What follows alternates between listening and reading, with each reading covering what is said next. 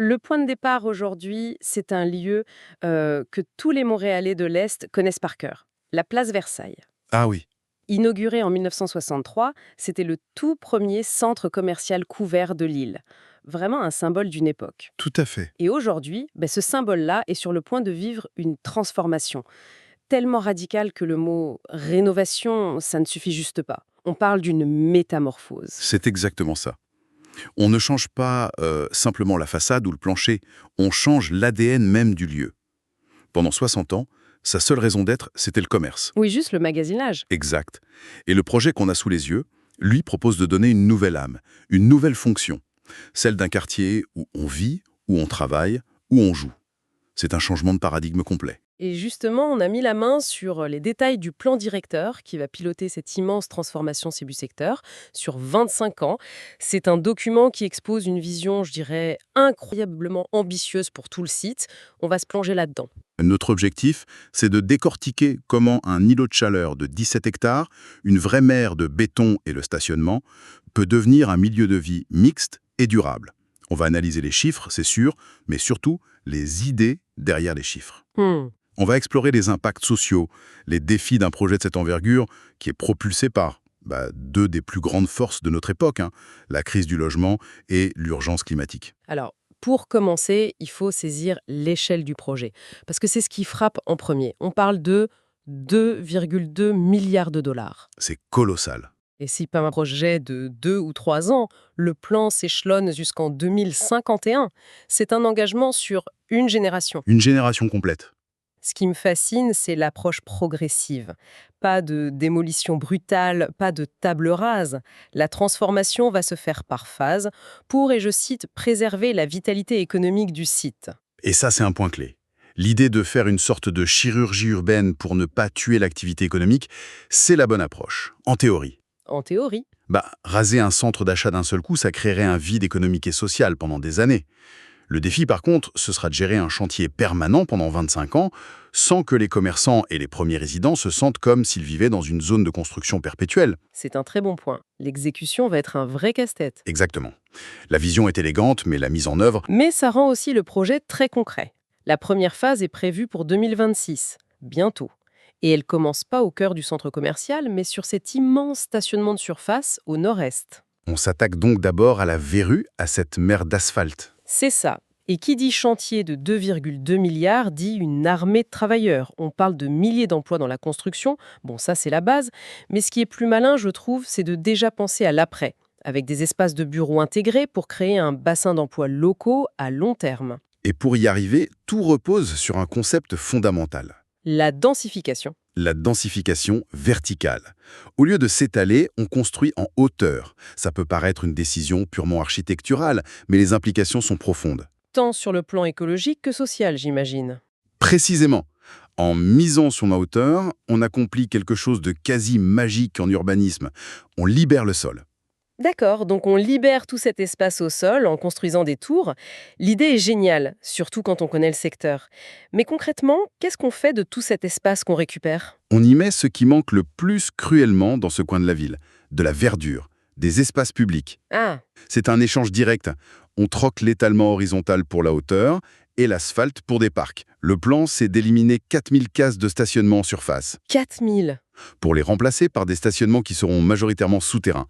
Et à leur place, on prévoit la plantation de plus de 620 arbres et la création de 3 nouveaux parcs.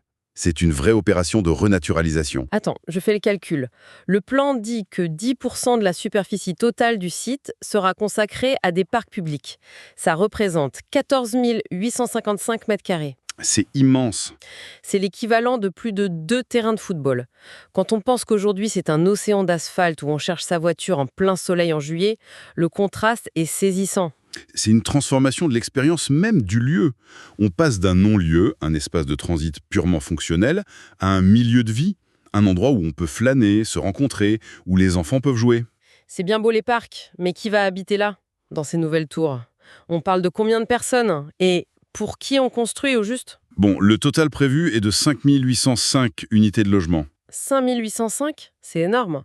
C'est comme créer un petit village dans la ville. C'est une densité significative, et c'est pour ça que l'architecture doit être intelligente. Le plan prévoit des tours qui peuvent atteindre 25 étages près du métro Radisson, Logique. là où la densité a du sens. Mais à mesure qu'on s'approche des rues résidentielles existantes, comme la rue Pierre-Corneille, l'échelle diminue. On passe à des bâtiments de 6 à 8 étages. Une transition plus douce. Essentiel, pour éviter de créer une forteresse qui tourne le dos à ses voisins. C'est un signe de sensibilité au contexte qui est déjà là. Près de 6000 logements, c'est colossal. Mais la question que je me pose et que bien des gens se posent, c'est est-ce que c'est le bon type de logement? On a vu tellement de projets qui promettent des milieux de vie et qui finissent par être juste des tours de condos inabordables. C'est la question à 2,2 milliards de dollars, t'as raison. Et ce qui est rassurant ici, c'est que le volet social, ce n'est pas une simple pensée après coup. Le projet s'inspire beaucoup des recommandations de l'OCPM. L'Office de consultation publique de Montréal. Exact. C'est un peu l'arbitre des grands projets urbains, celui qui s'assure que la voix des citoyens est entendue. Et que disait l'OCPM, justement? Leur message était clair. Il ne s'agit pas juste de construire des logements, mais de créer une communauté mixte. On veut à tout prix éviter de créer une enclave pour une seule catégorie de revenus ou un seul groupe d'âge. On veut tisser une toile sociale. C'est l'objectif. Et ça se traduit par des chiffres très concrets dans le plan. Ah, voilà les chiffres. Qu'est-ce qu'ils nous disent? Ils nous disent que le projet prévoit environ 979 logements sociaux. Près de 1000. C'est presque 20% de l'offre totale. C'est très significatif. Et ça respecte le règlement de la ville. Mais ça ne s'arrête pas là. Le plan intègre aussi des résidences pour personnes âgées et une grande proportion de logements familiaux. Donc, avec plusieurs chambres. Oui, c'est une réponse diversifiée à les crises du logement. On ne cible pas un seul besoin, mais un éventail de besoins. D'accord. Mais ajouter potentiellement plus de 10 000 nouveaux résidents, ça vient avec des responsabilités. Il faut des services. Est-ce que le plan en tient compte? Absolument. Ce serait une erreur fondamentale de ne pas le faire. Le plan inclut un élément essentiel, la réservation d'un terrain pour la construction d'une nouvelle école primaire, Directement sur le site? directement sur le site. C'est un signal fort envoyé aux familles. Sans école, un nouveau quartier peine à développer une âme. C'est la DASE. C'est le dernier pilier, et peut-être le plus transformateur. La mobilité. La localisation stratégique du site, juste en face de la station de métro Radisson, c'est son plus grand atout. C'est vrai. Le projet était conçu selon une approche qu'on appelle Transit Oriented Development, TOD.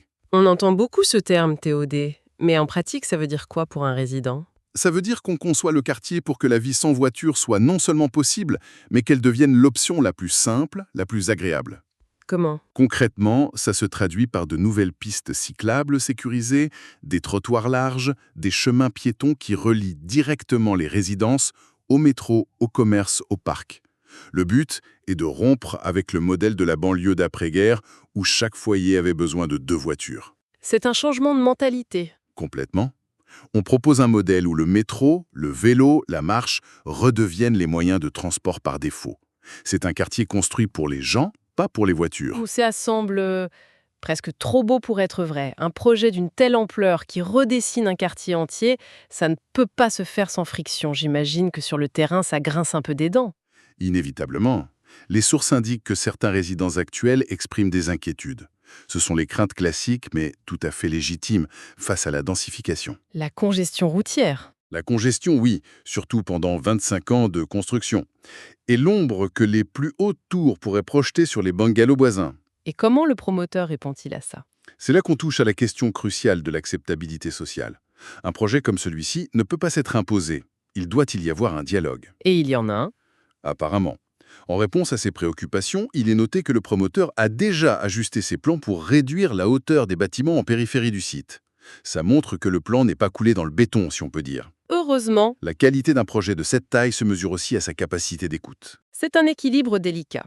Et on ne peut pas sous-estimer le côté émotif. Je me souviens personnellement d'y être allée avec mes parents pour acheter mes souliers pour la rentrée. C'est un de ces lieux qui, même s'il n'est pas beau, fait partie de la carte mentale de milliers de gens. Bien sûr, Pour beaucoup de Montréalais de l'Est, la place Versailles, c'est des souvenirs.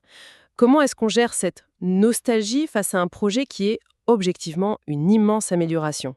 c'est le cœur du défi. D'un côté, il y a cette mémoire collective, la valeur sentimentale d'un lieu qui a rythmé la vie de plusieurs générations.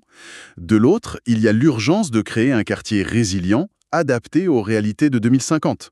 Un quartier qui répond aux crises actuelles. Exactement, qui répond à la crise du logement, qui lutte contre les changements climatiques. Le véritable enjeu, à long terme, ce sera de naviguer entre ces deux pôles, honorer la mémoire d'un lieu tout en le projetant résolument vers l'avenir. Alors, si on résume, que faut-il retenir de cette analyse? On assiste à la planification de la transformation d'un symbole de la consommation du XXe siècle en un modèle de quartier pour le XXIe. C'est une bonne synthèse. Un projet de 2,2 milliards sur 25 ans qui ajoute près de 6000 logements, des parcs, une école et qui repense la mobilité. C'est une réponse sur plusieurs fronts. Mais le vrai changement de mentalité ici, c'est qu'on cesse de voir cet espace comme une simple machine à générer des revenus. Pendant 60 ans, chaque mètre carré était optimisé pour la vente. Et demain? Demain, on l'optimisera pour la vie. Le sommeil, le jeu, l'éducation, le travail, la communauté. C'est le passage d'une valeur purement commerciale à une valeur sociale et humaine. C'est ça, le véritable prototype qu'on voit naître ici. Ce n'est pas juste un projet pour un quartier de Montréal, donc. Non, c'est une vision pour la transformation de milliers de sites similaires partout en Amérique du Nord. Alors que ce projet s'apprête à transformer le béton en communauté, la question qui se posera pour les résidents, les anciens comme les nouveaux, sera la suivante. Comment forger une nouvelle identité de quartier qui honore le passé de la place Versailles, ce lieu de rassemblement d'une autre époque, tout en embrassant pleinement l'avenir qu'elle promet?